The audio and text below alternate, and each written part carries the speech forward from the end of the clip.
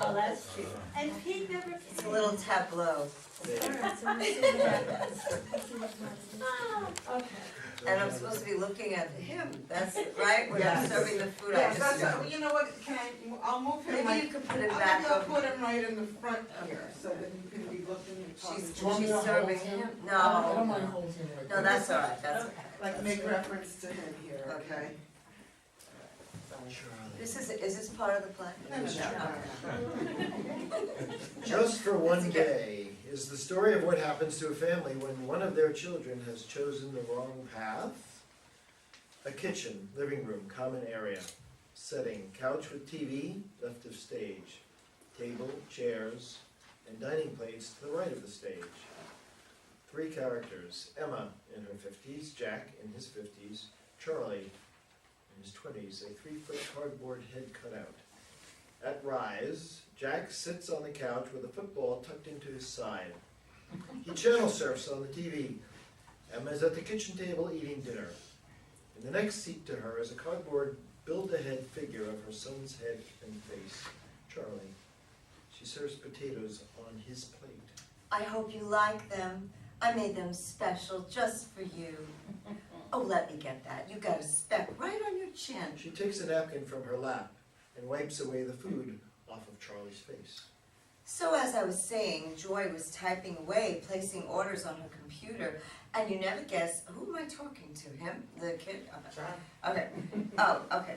And you never guess who walks in. Her ex-husband. Oh, the last time I saw Gary, it must have been over 15 years ago. Everyone noticed him except Joy.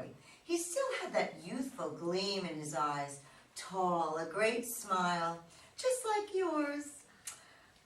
His facial expression almost puppy dog-like. You know the face. The eyes slant ever so slightly, the eyebrows lift with a questionable look. I don't remember who it was, but someone dropped a heavy book to get Joy's attention. Emma takes a glass and gives Charlie a sip of a drink. Unsweetened, just the way you like it. Jack looks back at Emma and Charlie, giving them a long, hard look. He shakes his head in despair. He reaches into his pocket and pulls out earplugs, placing them in his ears. He raises the volume up on the TV. It was like a scene out of a movie. Everything seemed to move in slow motion. Joy lifted her head, looked around the room, and seemed to feel the deep silence. And then she saw him. He looked back at her. He really took her for a ride some years back. She never really said much about it after they split up. She just kept quiet, and to herself mostly. And then she rose up and looked him square in the eyes. In slow motion again, her eyes blinked twice, and then she started to cry. That's all it took. All was forgiven, and she welcomed him back into her life. Wiping tears from her eyes, she notices the volume of the TV. Jack, can you turn that thing down? He pays them no mind. Would you like a piece of strawberry shortcake? She cuts him a slice and places it in front of him. She feeds him a piece, then turns to see what Jack is up to. Your father can be so rude. He and his damn ball games, that's all he cares about. It's all about the little bally. Bally in the basket hoop, bally in the cup on the green, bally being thrown 20 yards, and bally being hit out to left field. Him and his damn balls. She rises and begins to clean up. On second thought, Let's go over there and remind him that we still live here. she cleans up his face and then lifts Charlie up, walking over to the couch. She places Charlie between them and shifts into place. Jack continues to watch TV. Emma puts her arms around Charlie. She tries to get his attention without success. Jack finally shuts the TV off. He removes his earplugs and walks over to the table to pick at some food. Emma, I'm not playing this game with you. I have to get up early. I need some downtime. Why are you ignoring us? He does not respond. See, Charlie, it's like we don't exist. I'm not the father of that cardboard box cutout. Emma covers Charlie's ears. He'll hear you. Frustrated, she walks over to Charlie, removes her hand from his ear. Hello, anybody home? I'm not your father. Emma pulls Charlie away and holds him tight. There is something wrong with you, Jack. Yes, that's it. It's me. I guess it's all my fault, isn't it? Surely now it couldn't be anybody else. Jack chuckles under his breath. I'm glad you can laugh. I'm sorry that I can't do the same today. Normally I just ask about how your day went, but I'm afraid you might tell me. Whatever. It looks to me like you're living outside of your mind again, aren't you? Think what you want. Leaving Charlie on the couch, she begins to clean up. Can you do me a favor? Just don't say anything to either one of us tonight. Jack goes over and sits next to Charlie, looks him over, leans back deep into the couch, and is deep in thought. Tosses the football in his hand. Where am I? Emma? I said I didn't want to talk. Emma? You can't change history. You can't change the story. You can't live this make-believe life whenever you're missing Charlie. That's a terrible thing to say. It's the truth. We both are fully aware how you can get. Jack looks back at Charlie. He was the most handsome one of the lot. He still is. He could keep us in stitches until dawn. I nearly pissed my pants every night. Too bad the boy was a card short of a full deck. Oh, I hate it when you say that. You know it wasn't always that way. No, it sure wasn't. He was a prize. Jack channels surfs again. Emma picks up Charlie and sits him back at the table. She sits down and caresses his face for a moment. Her demeanor changes. Jack? I thought you didn't want me to talk to you. Oh, I thought he was going to do that. Jack, I'm sorry. please, could you? I don't want to.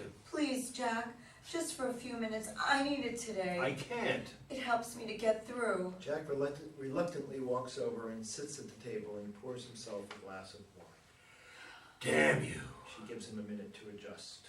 Do you remember the last time it was just the three of us? Yes, I do. We were driving him to college. He was going to study health and human services. On a full football scholarship. He really had talent. That made you really proud of him. It sure did. Those were the days when hopes and dreams were coming true, and then he wasted it. All of it. They grow quiet. She pours herself a glass of wine. I was so scared to let him go, to be in a strange city all alone on his own. Not because I didn't think he could do well. He was smart. He could make friends just like that. But John and Scott stayed local. Charlie had his own mind. He had bigger plans. Maybe wanting to be bigger was his downfall. Oh, stop making excuses for him. We all want a little bigger and better. It's his incoherent and irresponsible choices that put us all in this uncomfortable place we find ourselves in. He was under too much pressure. He was an athlete. He was used to pressure. You didn't take the time to see it. There were other pressures that life can bring on. Like what? All you had to do was the right things. Study. Make your classes on time. Too much for him to handle? I don't buy it for a minute. He wasn't always as strong as you made him out to be, Jack. There were days when you were out on the road and I saw it. I saw the depression under the laughs, the moping around and the lack of confidence. He always wanted to make you happy. He didn't want you to see his vulnerabilities. We gave him everything we could, just as we did with the other two. And they seemed to turn out all right. They are thankful and responsible young men with families of their own. Families they can take care of. I know, Jack, but is it not conceivable to you that people are different? He came out different. He comes from the same gene pool, yours and mine. Then it was us. It had to be. Oh, you can't say that, Emma. We didn't force him to inject smack up his veins. We didn't suggest that he smoke crystal meth when he found himself alone without his confidence nearby. We didn't motivate him to snort coke up his nose because he lost the laughter. The image of him doing that to himself, it sickens me. Emma is visibly upset. I can't help but feel sorry for him. What pain is he going through? What demons live in him? He became a thief. Oh, give me your hand. I said, give me your hand. She complies. The ring's on your finger. The ones I married you with. Gone. While you were sleeping, he slipped them off your finger and sold them at a pawn shop. He stole every piece of jewelry I ever gave you. Money. Anything of value that we had. Cars, silverware, small heirlooms our family bestowed on us. Where are they? All gone. And always forgive him. Why? Why do you stick up for someone who had such little regard for us? He's my son, and today is different. Why? I can't hear you.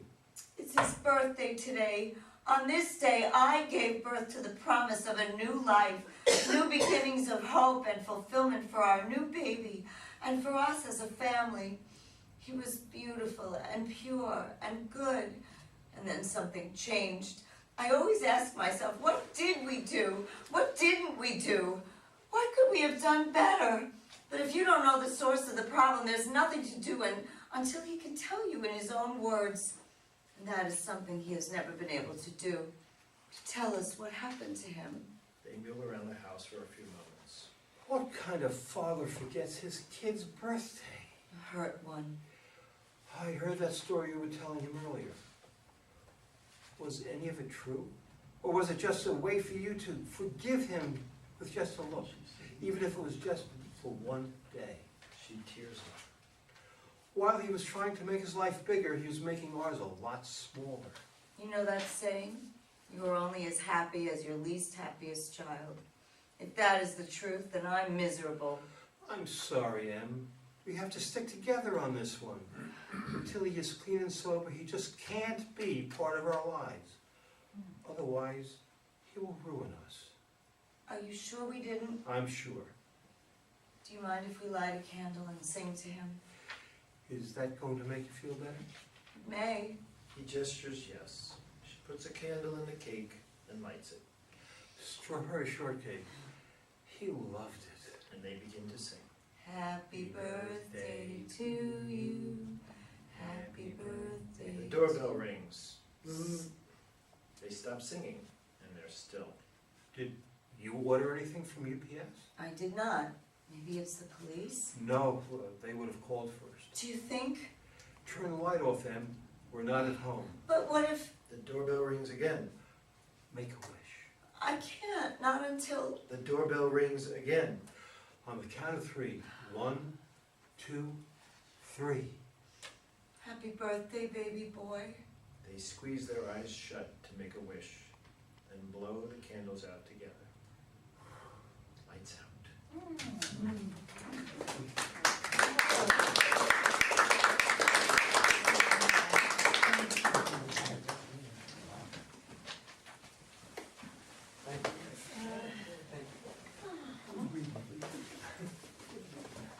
It's my special day.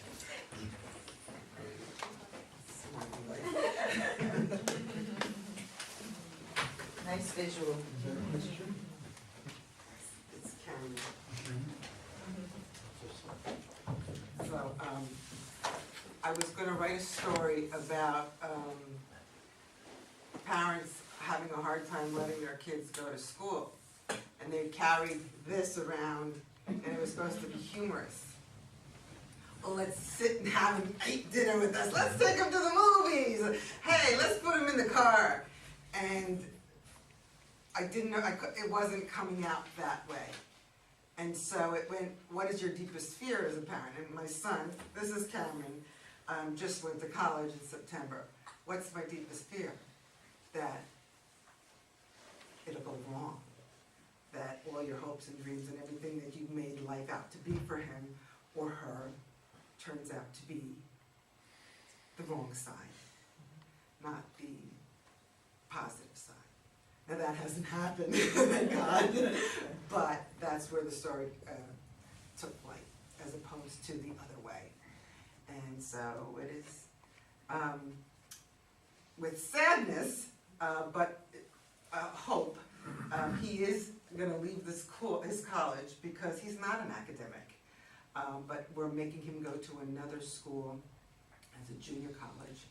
And it has nothing to do, he's a good kid, it has nothing to do with that. But what does happen to families that are destroyed by addiction or wrong choices or that kind of thing. So that was the story. Any feedback? Who's at the door at the end? I left it up to the audience to determine what that would be. Very cool. So it sounds like at the end they were squatting somewhere because they didn't have their own place. What? Is that what it was? Were they in their own? No. I thought one of them said something like, we're not supposed to be here. or- No, they don't want him to be there. They're not letting him in, that's why he said we're not here. They Oh. decide that they're not gonna open up the door because they don't, Won't bad news. No, it's tough love. it's. They don't want can't- him to let him in until he gets his act together, And right? it's, and this is, X amount of years, this is not something Right. that, it could be 5 years, it could be 8, it could be 3. It's for the audience to decide, you know, you don't have to talk about what did they do, what happened, it's where they are and what they're feeling about their lives. Dad's still holding on to the dream, and she's making up stories because she wants him there.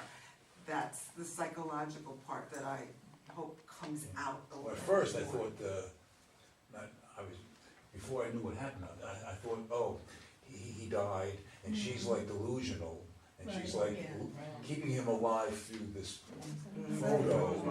And then all of a sudden, then when then they're sitting together and they're talking, and now suddenly she's very, she's got her thoughts and she's very cognizant and everything. I thought it didn't gel. At once I thought she was like delusional, and then all of a sudden she's like, with the reality is right there. She's being very realistic, so it was like, it threw me for a moment what was happening. And then we hear that, oh, he is alive, and it's a tough love thing. But anyway, I thought it was that she was mourning his loss, and that she was delusional, making believe he's alive when he's not alive, and then all of a sudden, boom, now she's with it, and she's mentally sharp, so that kind of, He, at that moment, and because the defining moment is, because it's his birthday, yeah. does she have to miss every emotional moment of this kid's life when that was her emotion? I gave birth to this child on this day. Right. That's why it still should have meaning for me, regardless of what else is going on. I still need to, that's not what I was trying to do. I don't know if that comes across, but this is a special day for all of us. It'll always be, whether we like it or not. Could we just have this little thing? And when you practice tough love like that, it is almost like you're mourning for Oh, somebody. yeah, oh, yeah. Yeah. And at the end, when you say who's at the door, although I think they're hoping, but again, I left it to the audience to determine who it would be. But you could say, Mom, Dad, No. Right, No. no, I thought it was, because it doesn't work. because it could be the US Yes. bid guy or something like that. And that's why, just shut the lights, because it really doesn't matter who's at the door. We can't be here, Right. because what if it wasn't? Yeah. So, Wow, poignant. Very Very effective, moving. and very well read. Yeah. you guys did a good job. Read it. Yeah, good job. Okay, thank you. Thank you.